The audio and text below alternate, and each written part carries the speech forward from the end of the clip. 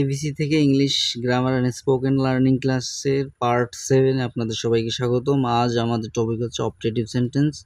Optative sentence কি? Sentence এর যে অর্থ অনুসারে 5 প্রকার, তার 4 নাম্বার সেন্টেন্স, সেই 4 নাম্বার সেন্টেন্সটি সম্পর্কে আজ আমরা আলোচনা করব। অর্থাৎ প্রার্থনা বা ইচ্ছা সূচক বাক্য, অর্থাৎ যে বাক্য দ্বারা আমরা দৈনন্দিন জীবনে কোনো কিছু প্রার্থনা করি বা প্রার্থনা করা বোঝায় তাকে প্রার্থনা বা ইচ্ছাসূচক বাক্য। অর্থাৎ কোনো কিছুর আকাঙ্ক্ষা প্রকাশ পায় তাকে অপটেটিভ সেন্টেন্স বলে। Optative sentence may, could, had ইত্যাদি দ্বারা শুরু হলেও তখন বাক্যের শেষে প্রশ্নবোধক চিহ্ন না বসায় বা বসে না, এই কারণে সেটি অপটেটিভ সেন্টেন্স। যদি প্রশ্নবোধক বাক্য বসে তাহলে তখন আর সেটি অপটেটিভ সেন্টেন্স থাকে না, তখন ইন্টারোগেটিভ সেন্টেন্স হয়ে যায়। আবার একই সাথে ইফ যুক্ত কন্ডিশনাল সেন্টেন্সও কিছু কিছু অপটেটিভ সেন্টেন্স হয়ে থাকে। যেমন মে আল্লাহ ব্লেস ইউ, আল্লাহ তোমার মঙ্গল করুন। May you live a long life, অর্থাৎ তুমি অনেক দীর্ঘ জীবন লাভ করো। মে হি লিভ লং, সে দীর্ঘজীবী হোক। ইফ আই ওয়ার ইউ, অর্থাৎ আমি যদি তুমি হতাম, অর্থাৎ আমি যদি তোমার জায়গায় থাকতাম। Could I meet you again, অর্থাৎ তোমার সাথে যদি আমি আবার দেখা করতে পারতাম। Had I wings of a bird, আমার যদি পাখির মতো ডানা থাকতো। May God bless you with a child, আল্লাহ তোমাকে একটি সন্তান দানের মাধ্যমে আশীর্বাদ করুন। May the force be with you, অর্থাৎ সর্বশক্তি তোমার সহায় হোক। এরকম মে দ্বারা যুক্ত হতে পারে, হ্যাড দ্বারা যুক্ত হতে পারে, কুড দ্বারা এবং ইফ দ্বারা। বাক্যগুলো সাধারণত যদি প্রশ্নবোধক চিহ্ন না থাকে তাহলে সেগুলো অপটেটিভ সেন্টেন্স আকারে ব্যবহার করা হয়। এরপর হচ্ছে এক্সক্লামেটরি সেন্টেন্স বা বিস্ময়সূচক বাক্য। যে বাক্যগুলো দ্বারা মনের আবেগ, অনুভূতি ইত্যাদি প্রকাশ পায় তাকেই সাধারণত এক্সক্লামেটরি সেন্টেন্স বলে।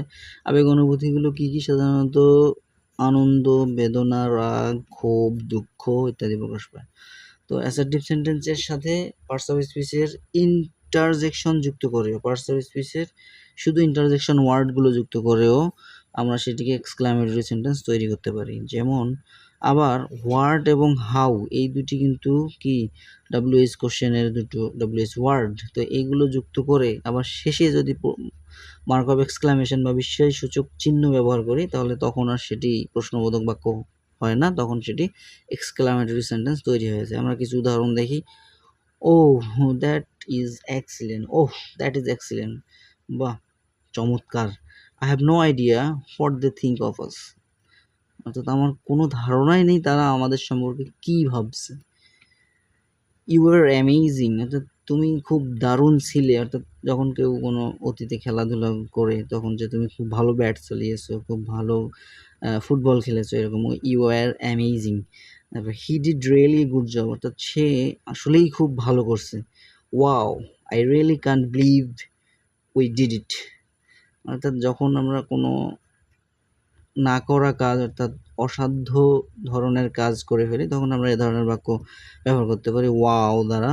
ওয়াও যখন বসবে তখন এটি ইন্টারজেকশন হয়ে যাবে, আর ইন্টারজেকশনের সাথেই এই মার্ক অফ এক্সক্লামেশন চিহ্নটি বসবে, তখন এটা পুরো বাক্যই কী হয়ে যাবে? Exclamatory sentence. I really can not believe, অর্থাৎ আমি বিশ্বাসই করতে পারছি না, উই ডিড ইট, আমরা এটা করেছি। My God these are some wonderfully great